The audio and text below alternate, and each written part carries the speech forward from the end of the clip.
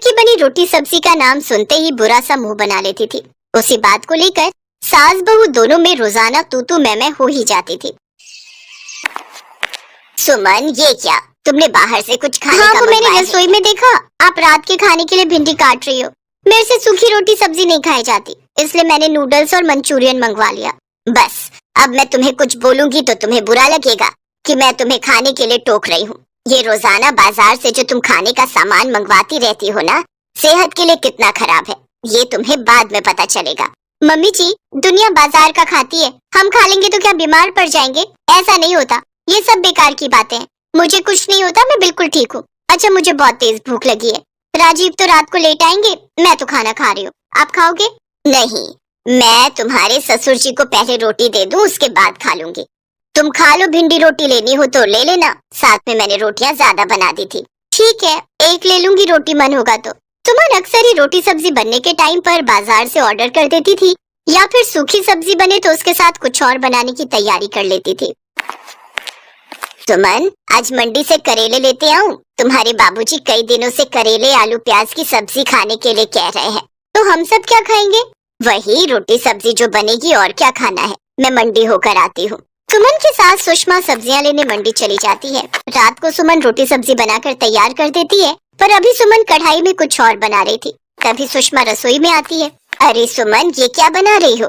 वो मेरा ना रोटी सब्जी खाने का मन नहीं था, इसलिए मैं अपने लिए नूडल्स बना रही हूँ। अरे तो अब तुम्हारा नूडल्स खाकर पेट भर जाएगा, तो क्या तुम अब फिर रोटी सब्जी नहीं खाओगी? बहू, ये सब ठीक नहीं, रोटी सब्जी खाना भी बहुत जरूरी है। हर समय ये उल्टा सीधा खाने से पेट को नुकसान होता है। मेरा बिल्कुल मन नहीं था रोटी सब्जी का, इसलिए मैंने नूडल्स बना लिए। हर समय रोटी सब्जी नहीं खाई जाती, आप सब खाओ ना रोटी सब्जी, आपको थोड़ी रोका है। रहने दो मम्मी, जब ये नहीं सुनती तो कहना बेकार है। छोड़ो तुम, ये रोजाना के तू मैं से मेरा सिर दर्द होता है। अरे सुषमा, आज रोटी मिल जाएगी या भूखा ही सोना पड़ेगा? हाँ हाँ, ला रही हूँ। ये रोजाना की चिक चिक से ना मेरा दिमाग खराब हो गया। अब दिखाती हूँ इन्हें कल से कि रोटी सब्जी बनाना होता क्या है। अगले दिन सुमन की हरकत से हर कोई अनजान था कि वो क्या नया करने वाली है। हे भगवान, कटहल में इतना तेल। बहू, ये तेल की सब्जी है या कटहल की? मम्मी जी, अब आपको इसमें भी प्रॉब्लम है। आज तो मैं रोटी सब्जी बना और खा रही हूँ। देखो, मैंने बाजार का कुछ नहीं मंगवाया, ना ही घर पर कुछ अलग से बनाया है। पर इतना तेल सभी के लिए बहुत नुकसानदायक होता है। सब्जी में तेल कम डाला करो। अब सब्जी तो मैं ऐसे ही बनाऊंगी, जिसको खानी है खाए, नहीं खानी है मत खाए। सुमन ने अब रोटी सब्जी बनानी और खानी शुरू की तो अपनी मन मर्जी की सब्जी बनाने लगी। रोजाना ही सुमन तली हुई तेल में डूबी मिर्च मसाले वाली सब्जियां बनाने लगी।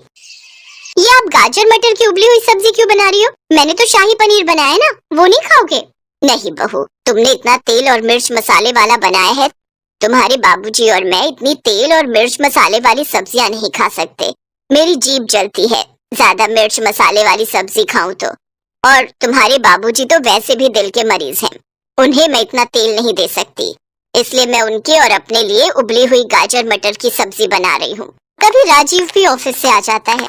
कितनी बार का है, तली मिर्च मसाले वाली सब्जी ऑफिस में मत दिया करो। कोफ्ते दे दिए और पूरा दिन मेरे ऑफिस। कभी गैस की कोई गोली खा रहा हूँ, हाजमे की कोई चीज ले रहा हूँ। अरे ऐसे थोड़ी होता है, मैं पूरा दिन में जलन हो रही है, मैं तो कुछ नहीं खाऊंगा। मैंने गाजर मटर की सब्जी बनाई है, उसमें नमक मिर्च बहुत हल्का है, तो उसके साथ फुल्का खा लेना। कितनी बार तो मैं बोलती हूँ कि सुमन, तेल वाली मिर्च मसाले की सब्जी कम बनाया कर। बाजार का बंद हुआ तो अब तुमने रोटी सब्जी में इतना तेल और मिर्च मसाले डालने शुरू कर दिए। तुम्हें कोई नहीं समझा सकता। मैं बार बार बोलती हूँ, लोग मुझे गलत कहेंगे कि बहू को खाने पीने के लिए टोक रही हूँ। वही हुआ जिसका डर था। अगले दिन सुमन के पेट में बहुत दर्द था। घर पर चीजें लेकर भी दर्द ठीक नहीं हो रहा था। कितनी बार मना किया कि खाने पीने की चीजों पर ध्यान दो, कि हम क्या खा रहे हैं। अरे एक दो दिन तो चल जाता है, ये थोड़ी रोजाना की इतना तला भुना बाजार का खाना। कभी घर पर बना तो ऐसा तला हुआ खाना, पूरे 1 किलो के तेल की बोतल 1 हफ्ते में खत्म कर दी तुमने बहू। पर मैंने कुछ नहीं कहा, वरना तुम मुझे दोष देती कि मैं तुम्हारे खाने पर नजर लगा रही हूँ। मुझे पता था कि ऐसा ही कुछ होगा, पर मैं कहकर बुरी ही बनती। अरे सुषमा, बस भी करो। जाओ बहू, तुम राजीव के साथ डॉक्टर के पास होकर आओ। राजीव सुमन को डॉक्टर के पास ले जाता है। सुमन के पेट में दर्द ज्यादा था, इस वजह से अल्ट्रासाउंड तुरंत ही किया जाता है। देखिए राजीव जी, इनका फैटी लिवर आया है। बहुत हल्का खाना खाना है, कोई तेल मिर्च मसाले नहीं, बस उबला हुआ हो सके तो बेहतर है। पानी खूब पीना है और लिक्विड लेते रहिए। जूस, फ्रूट्स, खिचड़ी, दही, दलिया, दाल, हरी सब्जियां ज्यादा मात्रा में लेने हैं। बाकी मैं कुछ दवाइयाँ लिख कर दे रहा हूँ, 5 दिन बाद मुझे दिखाना है। जी थैंक यू डॉक्टर। डॉक्टर साहब, पेट में दर्द ठीक हो जाएगा ना? बहुत ज्यादा हो रहा है। हाँ हाँ, जैसे जैसे बीमारी ठीक होगी वैसे वैसे पेट दर्द में भी आराम मिलता रहेगा। कुछ हल्का खाकर जाते से दवाई ले लेना, और दवाई का कोर्स बहुत ध्यान से करना है, पर साथ ही साथ अपने खान पान पर भी पूरा ध्यान रखना है। राजीव सुमन को लेकर घर आ जाता है। सुमन की सास सुषमा रसोई में खिचड़ी तैयार कर रही थी। कुछ देर बाद सुषमा सुमन के लिए खिचड़ी और दही लेकर आती है। ये लो सुमन, ये खिचड़ी खा लो, उसके बाद दवाई ले लेना, आराम मिल जाएगा। सॉरी मम्मी जी, मैंने आपकी बातों पर बिल्कुल भी ध्यान नहीं दिया। हमारे बड़े हमें सही बात कहते हैं, पर हम छोटे उनकी बातों को इग्नोर कर देते हैं। पर सच तो यह है कि आप ठीक कहती थी, मेरी भलाई सोचती थी।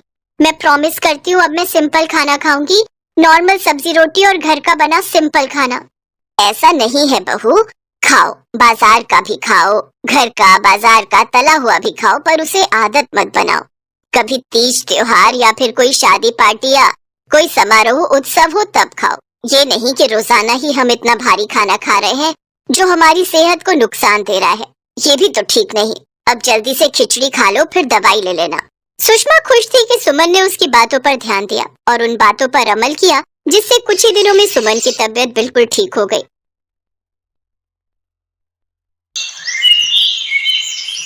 अन्नपूर्णा घर में अकेली रहती है। उसकी उम्र 50 साल है। उसका बेटा सुरेश अमेरिका में नौकरी करता है और वहीं पर एक गोरी मेम से शादी करके बस गया है, लेकिन वो अपनी माँ को पैसे नहीं भेजता है, इसीलिए अन्नपूर्णा बहुत गरीब है। उसके पास सिर्फ एक गाय है, उसका नाम है मालती।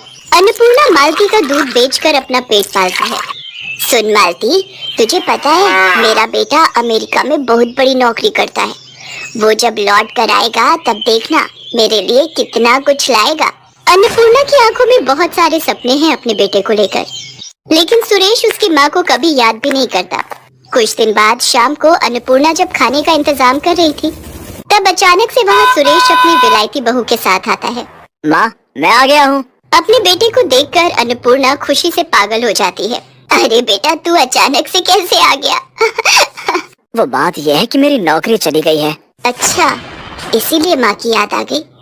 अब ठीक है बेटा, कोई बात नहीं, कुछ दिन घर पर आराम कर। सुरेश की बीवी का नाम रोजी है। वो कहती है, क्या हम यहाँ रहेंगे सुरेश, इस छोटे से घर में? कितनी बदबू है यहाँ पर। हाँ बहू, वो मेरी गाय है ना मालती, उसी के गोबर से थोड़ी दुर्गंध फैलती है, तो निकाल दो उस गाय को। अरे ऐसे कैसे निकाल दूं? उसी से तो मेरा पेट चलता है। सुरेश रोजी को मना लेता है। अन्नपूर्णा उन दोनों को अपना कमरा दे देती है और खुद घर के बाहर मालती के पास सोती है। अगले ही दिन से रोजी हल्ला मचाने लग जाती है। वो सुबह उठकर कहती है, इतनी देर हो गई फिर भी मुझे मेरी ग्रीन टी नहीं मिली, कहाँ है मेरी ग्रीन टी? सुरेश अन्नपूर्णा से कहता है, माँ क्या कर रही हैं आप? मेरी पत्नी विलायती है, उसका ध्यान तो रखना पड़ेगा ना। ठीक है बेटा, मैं अभी बना देती हूँ। लेकिन अन्नपूर्णा को ग्रीन टी के बारे में कुछ भी नहीं पता है। वो मालती के ताजे ताजे दूध से चाय बनाकर रोजी के पास ले जाती है। दूध से बनी चाय देखकर रोजी एक झटके में चाय का कप फेंक देती है। अन्नपूर्णा को बहुत बुरा लगता है। रात को रोजी सुरेश से कहती है, सुनो, मैं ऐसे यहाँ नहीं रह सकती। अरे रोजी, कुछ ही दिन की तो बात है, रह लो ना। नहीं, तुम्हारी माँ गवार है। ये घर तो तुम्हारे नाम पर है ना, इसे बेच दो और चलो किसी अच्छे से होटल में रहते हैं। अगले दिन सुरेश घर बेचने के बारे में अन्नपूर्णा को बताता है। अन्नपूर्णा रोते हुए कहती है, ये क्या कह रहा है बेटा? इस घर में तेरे बापू की यादें हैं। तभी वहाँ गांव के मुखिया चले आते हैं और कहते हैं, हाँ, ऐसे घर कैसे बेच दोगे तुम? तुम्हारी माँ कहाँ रहेगी फिर? वो सब हमें क्या पता, ये घर सुरेश के नाम पर है। हम ये घर बेचकर चले जाएंगे।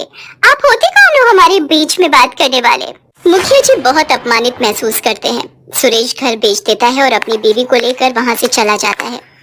वो दोनों एक महंगे से होटल में रहने लगते हैं और इधर अन्नपूर्णा अपनी प्यारी गाय मालती को लेकर रास्तों पर निकल पड़ती है। वो बहुत उदास है और उसकी आंखों में नमी है। ये क्या हो गया भगवान, अब मैं क्या करूं? मेरे खुद के बेटे ने मेरे साथ धोखा कर दिया। अन्नपूर्णा बस दूध बेचती रहती है और उससे जो थोड़े बहुत पैसे